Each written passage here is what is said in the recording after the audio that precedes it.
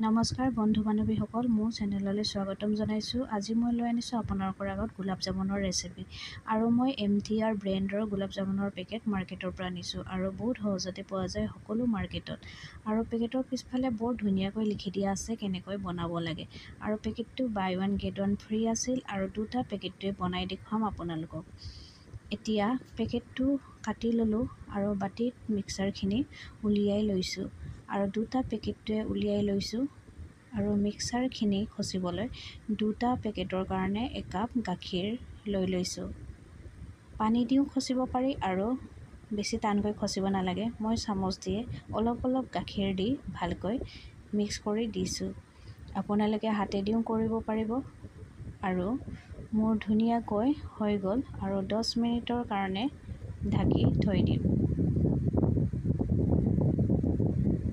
এতিয়ালৈকে চেনি পানীৰ চিৰাপখিনি বনাই লওঁ আৰু অলপ ডাঙৰ এটা চচপেন লৈ লৈছোঁ যাতে সকলো গোলাপ জামুন সহজতে ভিজাব পাৰোঁ। ইয়াত মই পানীখিনি দি দিওঁ এই বটলটোত 2.5 গ্লাছমান ধৰে, কম হ'ব পাৰে আৰু আধা কাপ পানী দি দিছোঁ। লগতে চেনিখিনিও দি দিয়াৰ পিছত অলপ লাহেকৈ লৰাই দিব লাগে যাতে ভালকৈ মিক্স হৈ যায় আৰু ইলাইচি 5টামান পিচি দি দিম খাবলৈ যাতে টেষ্টখিনি ভাল হয়। আৰু ভালকৈ উতলিলে অলপ হাতত চুই চালোঁ। পানীখিনি বেছি ডাঠো হ'ব নালাগে, পাতলো হ'ব নালাগে, জোখত হৈছে। এতিয়া চিৰাপখিনিও হৈ গ'ল আৰু 10 মিনিট হৈ গ'ল। লাডুবোৰ বনাই লওঁ। মই হাতত ঘি অলপ সানি লৈছোঁ আৰু চামুচ দি লৈ লৈছোঁ যাতে লাডুবোৰ সমান চাইজৰ হয়। আপোনালোকে মন পচন্দৰ চাইজৰ লাডু বনাব পাৰি। আৰু কেৰাহীটো আগতে বহাই থৈছিলোঁ আৰু কেৰাহীটো গৰম হ'ল, তেলখিনি ঢালি দিওঁ। তেলখিনিও গৰম হৈ গ'ল আৰু লাডুবোৰ দি ভাজি দিওঁ। কম ফ্লেমত ভাজিব যাতে ভালকৈ সিজে আৰু লাহে লাহে লৰাই থাকিব যাতে লাগি নধৰে আৰু কালাৰ অহালৈ ভাজি থাকিব যাতে গোলাপ জামুনবোৰ দেখাত ভাল হয়।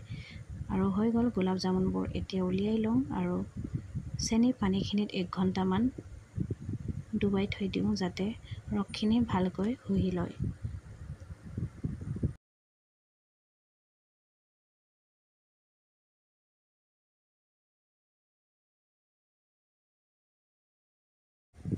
আৰু বাকী গোলাপ জামুনবোৰো ভাজি লওঁ। এইখিনিও লাহে লাহে ভাজিব যাতে লাগি নাযায় আৰু কালাৰখিনি ধুনীয়াকৈ উঠে। সকলোবোৰ গোলাপ জামুন ভাজি হৈ গ'ল আৰু সকলো 1 ঘণ্টামান ডুবাই থোৱা হৈ গ'ল। এতিয়া টেষ্ট কৰি চাওঁ। একো টেষ্ট কৰি ৰেচিপিটো কেনেকুৱা হৈছে কমেণ্ট কৰি জনাব। লগতে লাইক, শ্বেয়াৰ, ছাবস্ক্ৰাইব কৰি দিব। তেন্তে পুনৰ লগ পাম আকৌ নতুন ভিডিঅ'ৰ সৈতে। Bye bye.